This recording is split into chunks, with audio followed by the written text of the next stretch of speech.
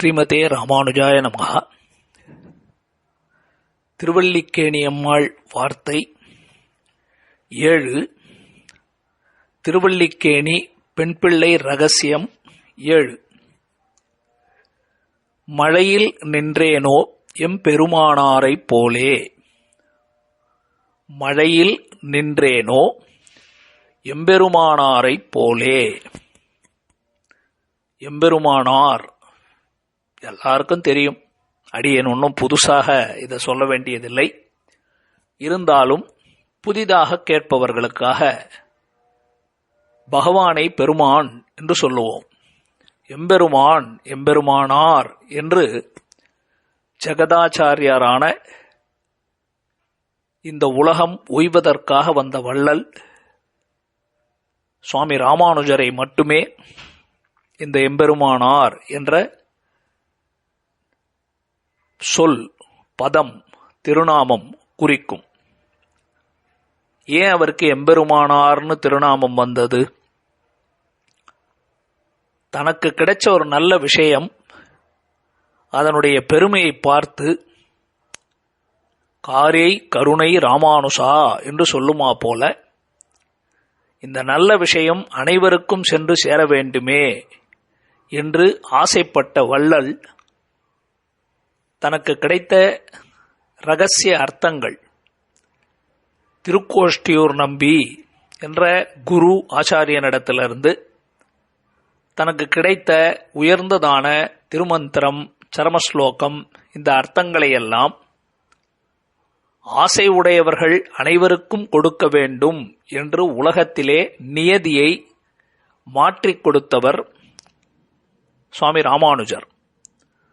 அதனால தான் திருக்கோஷ்டியூர் நம்பியே ராமானுஜரை அரவணைத்து அவரை ஆலிங்கனம் செய்து கொண்டு கட்டிப்பிடித்து கொண்டு எம்பெருமானாரே என்று ஆசீர்வாதம் செய்தார்.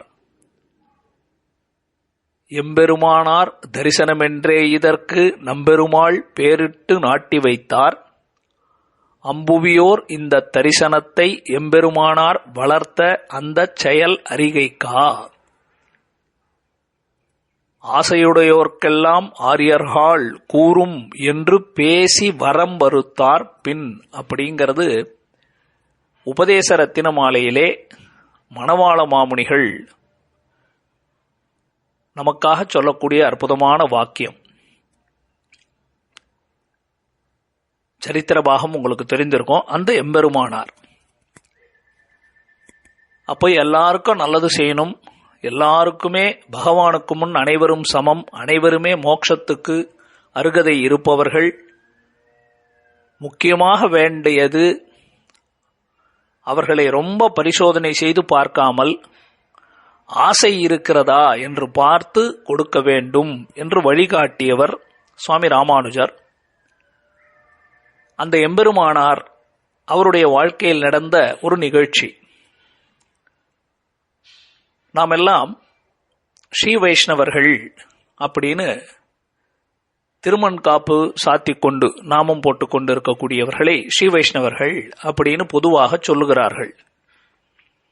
பொதுவாகவே இந்த உலகத்திலே ஒரு குற்றச்சாட்டு உண்டு. இந்த ஸ்ரீ வைஷ்ணவ மதம் சம்பிரதாயமே இவர்கள் அனைவருமே கொஞ்சம் குறுகிய கண்ணோட்டத்தோடு பார்க்கக்கூடியவர்கள், நேரோ மைண்டட் அப்படின்னு சொல்லுவாங்க. ஏன்? அவர்கள் விஷ்ணு பகவான், பிராட்டி, அடியார்கள், வைஷ்ணவர்களை தவிர வேற யாரையும் கும்பிடுவது கிடையாது, வேற யார் கொடுக்கிற பிரசாதத்தை வாங்கிக் கொள்வது கிடையாது, வேற எந்த தேவதையினுடைய கோவிலுக்கும் இவர்கள் செல்வது கிடையாது. அதனால ரொம்ப குறுகிய கண்ணோட்டம். இந்து மதம்னு சொல்லி எல்லாத்தையும் பொதுவா பார்க்க வேண்டாமா, அனைத்து கடவுள்களும் ஒன்றுதான அப்படின்னு ஒரு குற்றச்சாட்டு உண்டு. அது இருக்கட்டும், அதுக்கு தெளிவு என்ன பதில் அப்படிங்கறத தெரிஞ்சுக்கணும். வாழ்க்கையில பொதுவா எத்தனையோ பேர் வாழலாம். அதுல இருந்து படிக்கட்டாக வளர்ந்து வளர்ந்து ஒரு நிலையை அடைகிறோம். அதாவது பல வேதாந்தங்கள், ஆழ்வார் பாசுரங்கள், குருமார்கள் ஆச்சாரியார்களுடைய உபதேசங்கள் இதையெல்லாம் கேட்டு தெளிவாக ஸ்ரீமன் நாராயணனே பரதெய்வம், அவன் ஒருவனுக்கே நாம் ஆட்பட்டு இருத்தல் வேண்டும் என்ற உறுதி மனதிலே ஏற்பட்ட பிறகுதான் ஒரு ஜீவாத்மா ஒரு ஆச்சாரியனிடத்திலே சென்று பஞ்சசம்ஸ்காரம், சமாஸ்ரயணம் என்ற ஒரு சுத்திகரிக்கக்கூடிய நிகழ்ச்சி, ஒரு ஈவெண்ட், அது ஒரு அழகான ஒரு நிகழ்வு, அதனை செய்து கொள்கிறார். அந்த பஞ்சசம்ஸ்காரம் செய்யும் பொழுது தாபகா புன்றகா ததா நாம மந்த்ரோ யாகஸ்ய பஞ்சமகா என்று கேள்விப்படுகிறோம். நன்றாக நெருப்பிலே சுடப்பட்ட சங்கு சக்கரங்களை தோள்களை தரித்தல், திருநாமங்களை நெத்தியிலே ஊர்தோ புன்றமாக தரித்தல், 12 இடங்களிலே தரித்தல், பகவான் அல்லது அடியார்களுடைய தாஸ்ய நாமங்களை ஏற்றுக்கொள்ளுதல், பகவானுக்கு தினப்படி திருவாராதனம் பூஜை செய்தல், பகவானுடைய ரகசியமான மந்திரங்களை குருவினிடத்திலிருந்து உபதேசமாக பெற்று அதன்படி வாழ்தல், அதனை அடிக்கடி அனுசந்தானம் செய்தல். இதுதான் பஞ்சசம்ஸ்காரம். அதனுடைய முக்கியமான குறிக்கோள் என்ன தெரியுமா?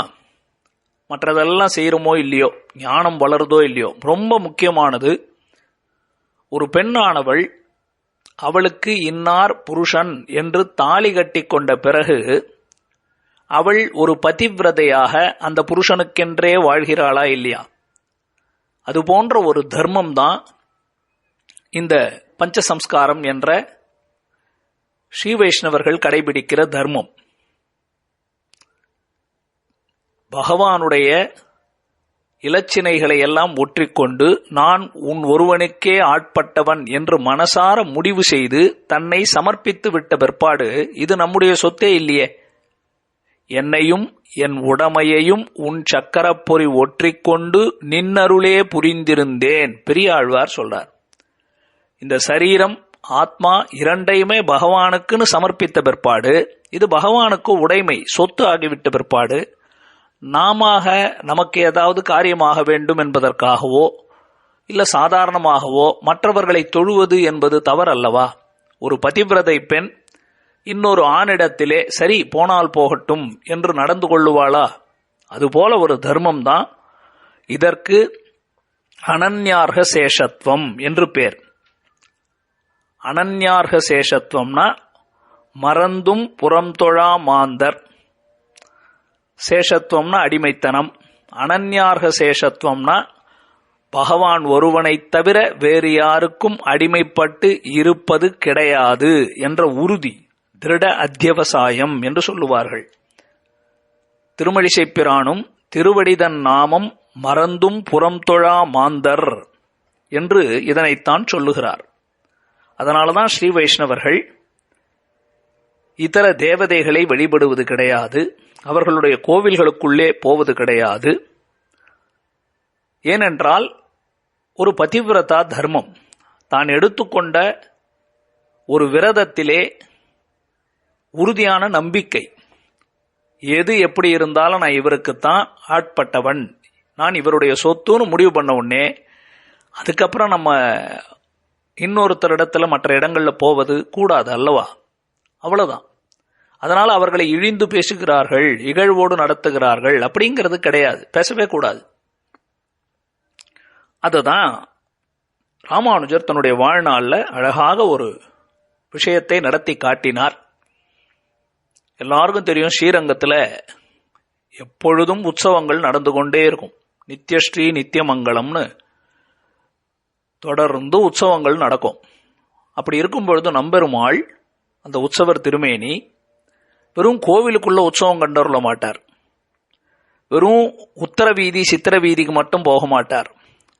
சில நேரங்களிலே எல்லைக்கரை மண்டபங்கள் அப்படின்னு பல இடங்களுக்கு போவார். அம்மா மண்டபத்துக்கு போவார், அந்த பக்கம் தாத்தாச்சாரியார் தோட்டம்னு அந்த பக்கம் போவார், திருவானைக்காவல் பக்கமாக போவார், ஜீயபுரம் அப்படிங்கிற இடத்துக்கு எழுந்தருளுவார், உறையூருக்கு போவார். இப்படின்னு பல இடங்களுக்கு நம்பெருமாள் அவருடைய ஆஸ்தானம் இல்லையா இந்த ஸ்ரீரங்கம்ன்றது, அதனால எல்லை நடத்தல் அப்படின்னு எல்லாத்தையும் அப்பப்போ போய் பார்த்துட்டு வரணும். நம்ம சொத்து இருக்கு பல இடத்துலன்னா அப்பப்போ அந்த சொத்தை போய் பார்க்கணும் இல்லையா. அப்படி இந்த நம்பெருமாள் உற்சவத்துக்கு ஒரு வருஷமும் வேறு வேறு இடங்களுக்கு தன்னுடைய ஸ்ரீரங்கத்தை விட்டு வெளியிடங்களுக்கு செல்லக்கூடிய பல நாட்கள் உண்டு. அப்படி ஒரு தடவை ராமானுஜர் வாழ்ந்து கொண்டிருந்த காலத்திலே ஒரு பெரிய உற்சவம் நடக்கிறது. நம்பெருமாள் ஸ்ரீரங்கத்திலிருந்து அதுக்கு அருகாமையில் இருக்கக்கூடிய திருவானைக்கோவில் அப்படின்னு சிவஸ்தலம், சிவபெருமானுடைய கோயில், ஜம்புகேஸ்வரர் அப்படின்னு அந்த சிவபெருமானுக்கு அங்க பேர். அந்த திருவானைக்கோவில் வழியாக வெளியே போறார், ஜீயபுரம் போறார்னு வச்சுக்குவோம், எங்கேயோ போறார், இன்னொரு இடத்துக்கு போய் கொண்டு இருக்கிறார். எப்பவுமே இந்த பெருமாள் நம்பெருமாள் புறப்பாடுன்னா தூரத்துல மழை வர்றாப்புல இருக்கு அப்படின்னாவே புறப்பாடு கேன்சல் பண்ணுவாங்க. ரொம்ப போகம், சுகுமாரமான பெருமாள் இவர். அங்க மழை பொழியுது, அங்க இடி இடிக்குது, அங்க மின்னல் வருதுன்னா கோயிலை விட்டே கிளம்ப மாட்டார், அப்படி பார்த்துக்குவாங்க. அப்படி இருக்கக்கூடியவர் ஒரு நாள் நம்பெருமாள் ராமானுஜர் கோஷ்டியில் இருக்கிறார். முன்னாடி ஆழ்வார் பாசுரங்கள் பாடிக்கொண்டு போகிறார்கள். எத்தனையோ ஸ்தலத்தார், ஸ்தானிகர்கள், அர்ச்சகர்கள், பரிச்சாரகர்கள், பாகவதோத்தமர்கள், ஸ்ரீபாதம் தாங்கிகள், பின்னாடி வேதங்களை சொல்லிக்கொண்டு உயர்ந்த அந்தணர்கள், இப்படி ஒரு பெரிய புடைசூழ தான் நம்பெருமாள் எப்பவுமே உற்சவம் கண்டருள்வார். அவர் இப்படி போய்கொண்டிருக்கிறார். ஒரு நாள் அந்த திருவானைக்கோவிலுக்கு பக்கத்துல போய்கொண்டிருக்கும் பொழுது திடீர்னு பெரிய மழை, எதிர்பாராம ஒரு பெரிய மழை கடகடகடன்னு மேகத்திலிருந்து கொட்ட ஆரம்பித்து விட்டது. இப்படி நடந்த உடனே பெருமாளை மழையிலிருந்து காப்பாற்றணும் இல்லையா, அப்படி மழையில எப்படி கொண்டு போறது? அதனால அந்த ஸ்ரீபாதம் தாங்கிகள், கைங்கரியபரர்கள் நம்பெருமாளை திருவானைக்கோவிலுக்கு உள்ள கொண்டு போய் அந்த மண்டபத்தில் நிறுத்திட்டாங்க. பாதுகாப்பாக இருக்கட்டும், மழை பொழியாது இல்லையா, கோயிலுக்குள்ள போயிட்டா, பெரிய இடமாச்சே, அதுக்குள்ள போயிட்டாங்க கோயிலுக்குள்ள. ஆனா ராமானுஜர் கூட வந்து கொண்டே இருந்தவர் அதே பொது சாலை நடுவிலேயே நின்றுட்டார். அந்த தெருவிலேயே கொட்டும் மழையில ராமானுஜர் அங்க இங்க அசராம ஏதோ பகவானை தியானம் செய்து கொண்டு அப்படியே நிற்கிறார் மழையிலேயே. ராமானுஜர் யதி சார்வபௌமர், யதிராஜர், ஒரு பெரிய குரு. அந்த சிவனடியார்கள் கோவில்ல இருக்கிறவர்கள் அவர்கள் ராமானுஜரை பார்த்து, சுவாமி வாங்க, சுவாமி வாங்கோ, மழை அதிகமா இருக்கு, ஏன் மழையில நனையறீங்க, வாங்கோ வாங்கோ உள்ள வாங்கோ அப்படின்னார். ராமானுஜர் ஒன்னும் சொல்லல, அமைதியா சாந்தமாக அப்படியே சிரிச்சுட்டு அமைதியா இருந்துட்டார். இவர்களுக்கு பொறுக்கல. ரெண்டு விதமா, ஒன்னு ஐயோ நினைறாரே ஒரு பெரியவர் அப்படின்னு வருத்தமா இருக்கலாம். இரண்டாவது அவங்க பெருமாளே உள்ள வந்துட்டார், இவர் வர்றதுக்கு என்ன அப்படின்னு குதர்க்கமாவும் இருக்கலாம். அப்போ ஒருத்தர் கேட்டார், உங்கள் பெருமாளே பாதுகாப்பாக உள்ள எழுந்தருளிட்டார், உமக்கு என்ன வர்றதுக்கு, உங்க பெருமாள் இருக்கிற இடத்துக்கு நீர் வரமாட்டீரா அப்படின்னு கேட்டுட்டார். அப்ப ராமானுஜர் பதில் சொன்னதுதான் முக்கியம். எங்க எம்பெருமான் ராஜாதிராஜ சர்வேஷாம் என்று அனைத்து உலகுக்கும் சர்வேஸ்வரன் பெரிய ராஜா. அந்த ராஜா சக்கரவர்த்தி அப்படி இப்படி எங்க வேணாலும் போவார். ஆனா ராஜ பத்தினி மகாராணி அவ அதுக்காக வேற இடங்களுக்கு போயிட முடியுமா? அது போக மாட்டாள். ஒரு ராஜமகிஷி அந்த பதவியில இருக்கிறவள் இன்னொருத்தருடைய வீட்டுக்கு போயிட்டா அது எவ்வளவு அவ செயல், எவ்வளவு ஒரு அவப்பெயரை ஏற்படுத்திவிடும், தவறு இல்லையா, அவத்தியம் இல்லையா? அதுபோலதான் இதுவும். பரவாயில்லை, நான் பொதுவான நிலத்திலே இருக்கிறேன், அதுவே முறை அப்படின்னு மழை விடுற வரைக்கும் எம்பெருமானார் அங்கேயே இருந்து அதற்கு பிறகு மழை நின்ற உடனே நம்பெருமாள் வர அவரோடு சென்றார் என்பது சரித்திரம். இதிலிருந்து என்ன தெரிந்து கொள்ளுகிறோம்? இதர தேவதைகளை வழிபடுவது இல்லை, ஸ்ரீமன் நாராயணனே பரதெய்வம், அவனையும் அவனுடைய பிராட்டிமார்களையும் அவனுடைய அடியார்களையும் தவிர வேற யாருக்கும் நாங்கள் சம்பந்தப்பட மாட்டோம் என்ற அனன்யார்க சேஷத்துவம் அடியேனுக்கு இருந்ததா எம்பெருமானாரை போலே என்றுதான் திருவல்லிக்கேணி அம்மாள் இந்த வார்த்தையின் மூலமாக கேட்கிறாள். அழகான வாக்கியம், அனைவரும் தெரிந்து கொள்ள வேண்டிய வாக்கியம், சரித்திரம். அடுத்தது 8வது வாக்கியம், மகனை கூவி மாதவனைக் கண்டேனோ அம்மையார் போலே. மகனை கூவி மாதவனைக் கண்டேனோ அம்மையார் போலே. அடுத்த பதிவில் அனுபவிப்போம். ஸ்ரீமதே ராமானுஜாய நமஹ.